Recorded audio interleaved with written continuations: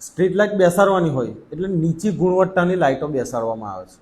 લોકોને ફક્ત street light જોવે છે, પરંતુ ગુણવત્તા કેવી છે? એસ્ટિમેટમાં સારી બ્રાન્ડ લખેલી હોય, પરંતુ એકચ્યુઅલ જગ્યા પર નીચી ગુણવત્તાની લાઇટો બેસાડવામાં આવે છે. પરિણામ શું આવે છે કે થોડા મહિનામાં એ લાઇટ બંધ થઈ જાય છે, ફરીથી કમ્પ્લેનો કરવી પડે છે. ઓછા વોટની લાઇટો બેસાડવી. એસ્ટિમેટમાં 100 વોટની લાઇટ બેસાડવાની હોય, પરંતુ એકચ્યુઅલ જગ્યા પર 60 વોટની લાઇટ બેસાડવામાં આવે. દેખાવ એક જ હોય, પરંતુ પ્રકાશ ઓછો પડે, વોટ ઓછા હોય છે. એ રીતે પણ ગેરરીતિ ભ્રષ્ટાચાર કરવામાં આવે છે. લાઇટો ઓછી બેસાડવી. માનો કે એસ્ટિમેટમાં 50 થી 60 મીટરના ગાળામાં એક પોલ બેસાડવાનો હોય, પરંતુ એકચ્યુઅલ જગ્યા પર 100 મીટરનો ગાળો છોડીને એક લાઇટ બેસાડવામાં આવતી હોય છે.